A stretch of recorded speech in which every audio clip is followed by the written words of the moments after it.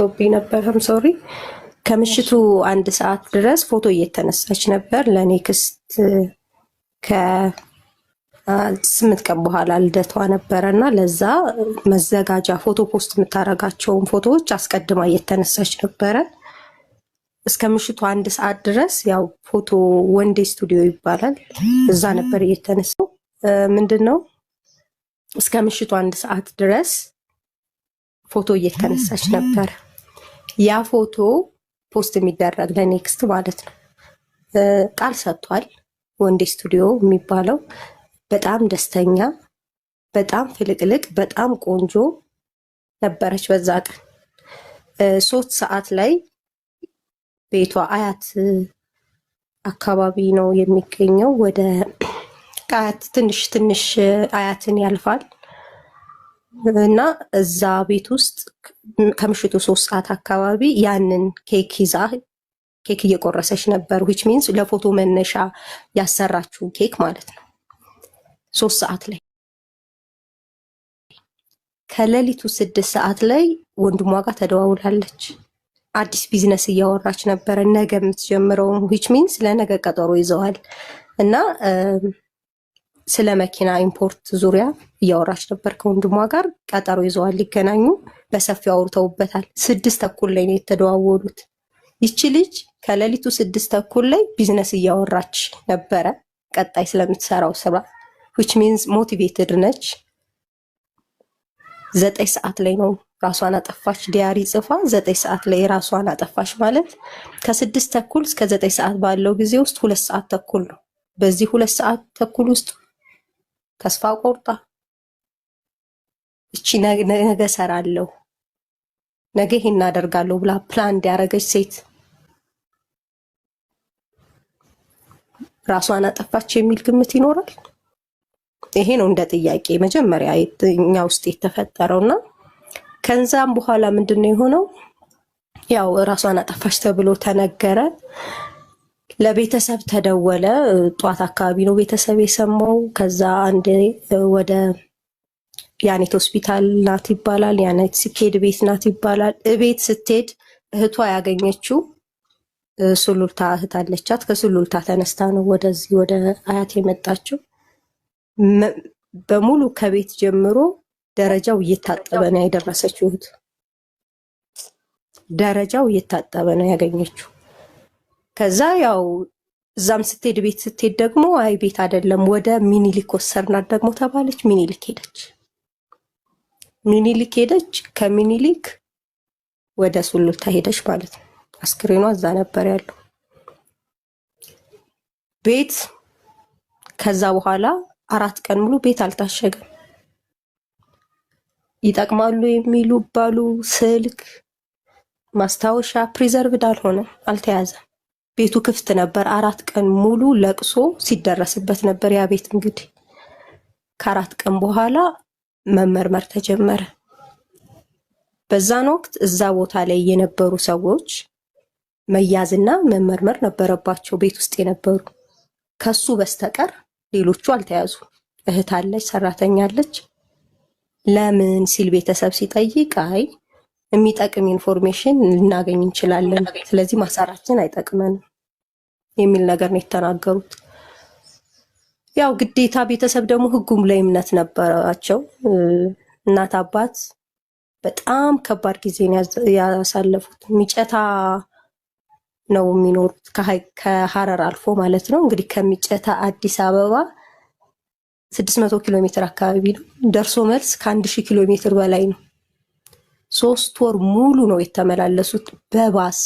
በጣም በኮረኮንች መንገዱ በጣም አስቸጋሪ ነው። 3 ወር ሙሉ አንዴ በ5 ቀን ሲቀጠር፣ አንዴ በ6 ቀን ሲቀጠር ተመላልሰዋል። ይህን ሁሉ መንገድ ማለት ነው።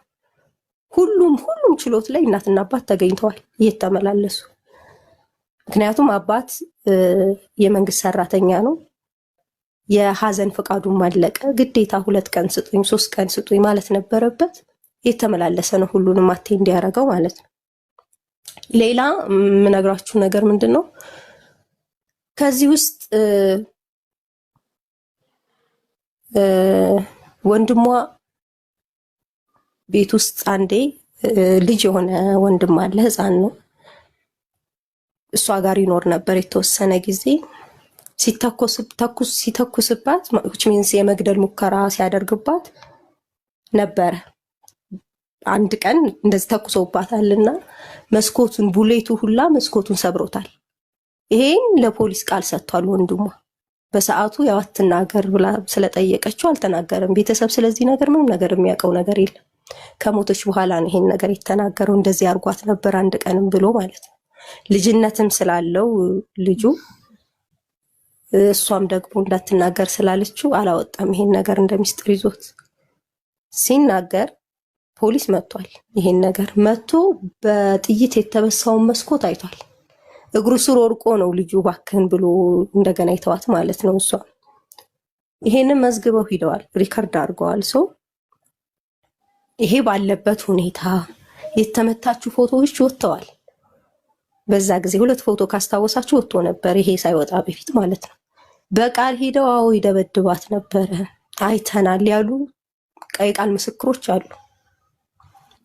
ሌላው ደግሞ ትልቁ ነገር ምንጣፍ ተገኘ፣ ደም የነካው ምንጣፍ። ምንጣፉ ዲኤንኤ ተመርምሯል ከእናቷ ተወስዶ ማለት ነው። ይህንንም ዲኤንኤ ሪዛልት አይ ደም ነው ግን የማን እንደሆነ አናቅም ነው ያሉት። ፋይናሊ እንግዲህ ከሷ ውጪ የደማ ሰው ነበረ እዛ ቤት ውስጥ እና ይሄ ሁሉ መነሻ ሆኖ ነው። እኛም ጥያቄያችን ምንድነው ይሄ ሁሉ ግራውንድ የለውም ወይ? አንድ ሰው አቃቢ ህግ ክስ ሲያቀርብ ወይም ተከሳሽ ሲያደርገው ጥፋተኛ ነው ማለት አይደለም፣ ግን መነሻ የሚሆን ግራውንድ አግኝቼበታለሁ፣ ጥፋተኛ የሚያስብል መነሻ አግኝቼበታለሁ ብሎ ነው የሚከሰው። ከዛ በኋላ ክርክሩ ይቀጥላል። እሱም ነፃ ነኝ ብሎ መረጃ ማቅረብ ይችላል። አቃቢ ህግም ዘሴም ምስክሮችን ያሰማል። ሂደት ነው። ነገር ግን ይሄ ሁሉ ምልክት ባለበት መደብደቧ እየተገለጸ ከዚህ በፊት የመግደል ሙከራ እንዳደረገባት ወንድሟ እየተናገረ የቃል ምስክር ብቻ ደግሞ አይደለም፣ ታንጀብል የሆነ መረጃ መስኮት አይተው ቡሌት እንደተበሳ አይተው ሂደው ደም ተገኝቶ ለምንድን ነው ግራውንድ አትሊስት ያልተከሰሰበት ሁኔታ የሚል ነው የቤተሰብ ሀሳብ ማለት ነውና ይሄው ነው ያለው ነገር። ይሄ ደግሞ ምንም አንደኛ ቅሬታው በትክክል ኢንቨስቲጌት አልተደረገም። ቤት አለመታሸጉ፣ በትክክል እቃዎች ቶሎ ስልኳ እንኳን ከ4 ቀን በኋላ ነው የተያዘው። እንዳልኳችሁ በትክክል ቢያዙ ኢንቨስቲጌሽኑ በሰዓቱ ታሽጎ ቤት ቢመረመር ጠቃሚ የተባሉ ሰዎች ከጎረቤት ጀምረው አይደለም ቤት ውስጥ ያለ ሰው ጎረቤት በቁጥጥር ስር ውሎ ቃል መቀበል ነበረበት ፖሊስ። ይሄ ሁሉ ባልተሟላበት ሁኔታ ጀስቲሷ ወዴት ነው ሊድ የሚያደርገው? እንዴት ነው ኮራፕትድ ላልሆነ መንገድ መጋለጥ የማይችለው የሚለው ነው የቤተሰብ የኛም ጥያቄ። እኔንም አታውቁኝም። አክቹሊ በቀነኒ ላይም እየፈረድኩ አይደለም፣ ወይም ደግሞ ማነው አንዱ ዓለም ላይገላት ይችላልም እያልኩ አይደለም። እያልኩ ያለሁት ጀስትን ነው ያልኩት። ለቀነኒም ፍርድ ይሰጣል አልኩ። ኢሞሽናል ሆናችሁ አንድ ሰውን ገና ለገና አንዱ ዓለም ፓርት ኦፍ ሂስትሪ ይሰማ ስላለ አንድ ሰው ላይ መነሳት፣ አንቺ ሴት ነሽ፣ አንቺን በዚህ መልኩ አልፈሻል። አው ልክ ነው። እኔ እኮ በዚህ መልኩ ሳልፍ ምን አደረኩ መሰለሽ? አሁን ሚላን ምን እያለች ነበር?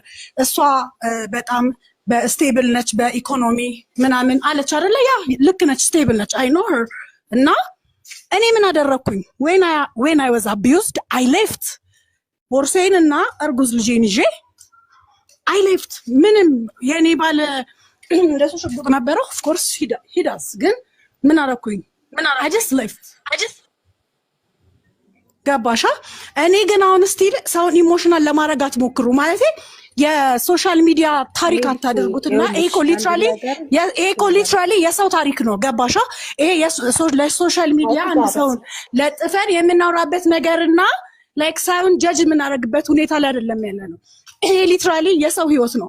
ኤክስፕሌን መደረግና በስነ ስርዓት በኤቪደንስ መታየት ያለበት ነው እንጂ ለእናንተ ለሶሻል ሚዲያ ማሟሟቂያ ሲባል አንቺም በዚህ መልኩ አልፈሻል ምናምን እያለን ላይክ አንድ ሰውን እንደዚህ የምናደርግበት ነገር አለ። ይሄ ታሪክ አይደለም። እንደ ታሪክ ሶሻል ሚዲያ ላይ የሆነ ጊዜ ላይ እኮ እንደዚህ ነበር እያልን ልክ እንደ ህፃን ሄቨን እንዳደረጋችሁት እንደሱ የምናወራው ነገር አይደለም። ይሄ ሊትራሊ አንዱ የወጣት የምታሳዝን ካይንድ ኦፍ ታሪክ ነው ካልሽ ደግሞ ይሄ ፖለቲካው ነው ብትይ በብሔር ነው እንዳትይ ደግሞ ሁለቱም አንድ አይነት ብሔር የነበራቸው ዌር ፍሬንድስ ናቸው ጭራሽ ነው ለኔ። እና እኔ በዛ መልኩ አይደለም እያልኩ ያለሁት ወይም ደግሞ ለቀነኒ ፍርድ አይሰጥ እና አንዱ አለምን ወግኜ እያልኩ አይደለም።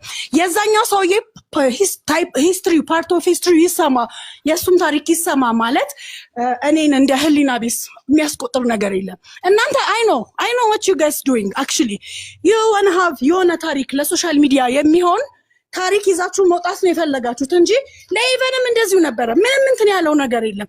አይ ኖ ግን እስቲ ጀስት ከሆናችሁ የሪል ካሰባችሁበት እስቲ እንትን አንዱ አለምንም ተፈልጎ ተገኝቶ የሚያወራበት እስቲ ሪል ኤቪደንሶቹን እንደዚህ ተዘርዝረው የሚወጡበት እስቲ ይችልሽ ደግሞ እኔ እንዴ ለቲጂ የላከችውን ቴክስት አይታችሁታል መቼ ስልክ የሞተች አካባቢ ስክሪንሾት ተደርጎ ይወጣው እኔ በሁሉ ነገር ተስፋ ቆርጫለሁ ምንም እንትን የለኝም እያለች ነበረ።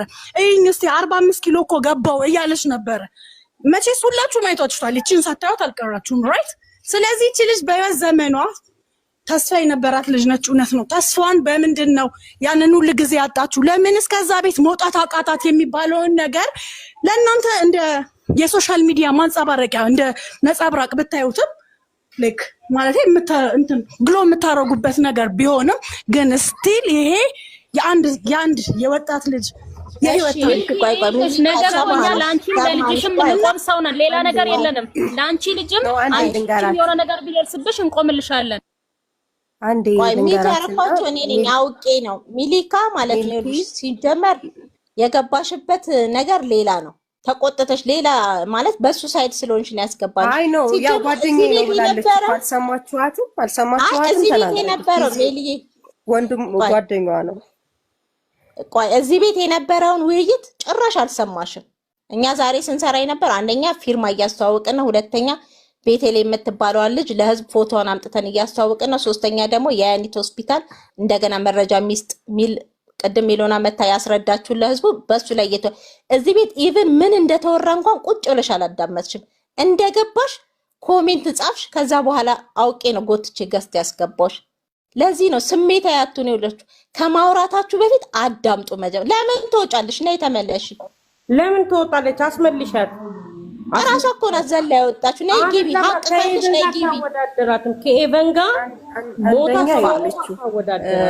ጓደኛዬ ነው ብላ ተናግራለች። ጓደኛዬ ነው which means ከኛ የበለጠ እሷ ኢንፎርሜሽን ይኖራታል። እኛ አለኛለች ብዙ መረጃ አለኝ ልሰጥሽ ይችላል ነው ብላለች። ነይ ግቢ፣ መረጃ አለኝ ብለሻል። ብዙ ህዝብ ባለበት ነይ መረጃሽን አቅርቢ። የገባችሁ እኮ ፍቅር እሷ አሁን ታሪኩን ለማድበስበስ ነው እንጂ ፍትህ ለመጠየቅ አይደለም። ይሄን ጉዳይ ለማሳመን ነው። ደግሞ ከኤቨን ጋር ምን ያወዳድራታል? ቀነኒ ኤቨን እኮ ፍርድ ያገኘ ነው እኮ ፍርዱ ይቀነስልኝ ስላለ እንዳይቀነስ ፍርዱ ይጨመር በሚለው ነው እንጂ ህዝብ ይወጣው እኮ የፍርድ ሂደቱን እኮ አግኝቶበታል እኮ ቅጣቱን እኮ ተቀጥቷል እኮ። ግን ቅጣቱ አነስተኛ ነው ለምን የሚለው ነገር ስለመጣ ነው እንጂ ከኤቨን ጋር አይደለም። ዛሬም ነገም ወደፊትም ቀነኒ ከኤቨን ጋር አትደመርም። ቢስነት ነው፣ ሼም ነው በጣም እውነት። ሴት ሆኖ የሴት ልጅን እንትን መደበቅ ሼም ነው። ፍቅር አስገቢያት ካለች ይሄው ሳምሪ ቀይር ነው የሚገርማችሁ። መሊካ እግዚአብሔርን እየጎተትኳት ነው ግን እምቢ ብላ ወጣች። ሲጀመር ማለት ነው ይኸውልሽ አንድ ነገር ልንገርሽ፣ በጣም የምትገርሚ ሴት ነሽ በእውነት። እኔ ይኸውልሽ ቲክቶክ ከከፈትኩ 5 ዓመቴ ድፍን 5 ዓመቴ ምናልባት ፍቅር በሚለው ስለመጣ ይሆናል ላቬቹ ትሉኝ እንድታቂኝ። እኔ ቲክቶክ ፍጆታ ለመሰብሰብ ብፈልግ በጣም ብዙ ነገር ይሰራል፣ በጣም ብዙ ነገር። እናንተን እኮ እነ ሚኪ ቤት እየላክን እኛንን ፎሎ እዚህ ደረጃ ያደረስናችሁ። እዚህ ቲክቶክ ላይ ማን እንደነበሩ ፎሎ ሲሰሩ የነበሩት እንኳን እኛ ቤት እየመጣችሁ ነበር ስትጠይቁ ነበር። እነ ማዚ ካላችሁ ግቡ ገስት ላይ። የቲክቶክ ፍጆታ አንቺ አላማሽ ቲክቶክ ላይ መጣሹ ቪውና እንትን ምንድነው ላይክ ለመሰብሰብ ነው ማለት ነው። እንደሱ አይነት አላማ ቢኖረን ብዙ የሚያጋጩ ነገሮችን እያወራን እዚህ ጋር ማምጣት እንችላለን። አይደለም እናንተ ሲጀመር ማለት ነው። መሊካዬ አንዴ ልጨርስማ፣ አንዴ ልጨርስና ትገቢያለሽ። አንዴ ልጨርስ ማለት እዚህ ጋር መታ ስለተናገረች ማለት ነው። ማንም ቀነኔን ፎቶ እኔ ለጥፌ ቪው ወይ ደግሞ እይታ ለማግኘት አለም እግዚአብሔር በሚያውቀው ታዋቂ መሆን አልፈልግም። ታዋቂ መሆን በራሱ ሌላ ችግር ስለሚያመጣ ማለት ነው። ክብራቸውን ሲያጡን ያየነው እኛ ታዋቂ የሆኑ ሰዎች ምን ተጠቀሙ? እዚህ ጋር መጣው እኔ እዚህ ጋር የመጣው ሰባዊነት ተሰምቶኝ ያንን ይሄ የተጋጋጠውን የደበደባትን ፊቷን ካየሁ በኋላ ሁሉ ሰው ሲያደባብስባት ለምን ሌላ ቤት ነግሬያቸዋለሁ። ሌላ ቤት ልጆች ገብተው ለመናገር ሲፈልጉ ሚውት እየተደረጉ ስለሚባረሩ መረጃ ያላቸው ልጆች እየመጡ እንዲያወሩበት ነው። ይሄ ቤት የፍትህ ቤት ነው ብያለሁ። ለዚህ ነው ተቃራኒ ሰዎችን አውቀን ነው የምናስገባችሁ። በቀደምም ተናግሬያለሁ። መሊካም አለች ወለየው ማለች ከመጀመሪያው ጀምሮ ይሄ ቤት ተከፍቶ ስንጮ ለቀነኔ በጣም ብዙ ልጆች አሉ። ተቃራኒ ሰዎችን አውቄ ነው ማስገባችሁ። ህዝብ እንዲያውቃችሁ እነማን እንደሆናችሁ አላማችሁ ምን እንደሆነ ህዝቡ በደንብ አጉልቶ አይቶ እንዲያወጣችሁ ስለምፈልግ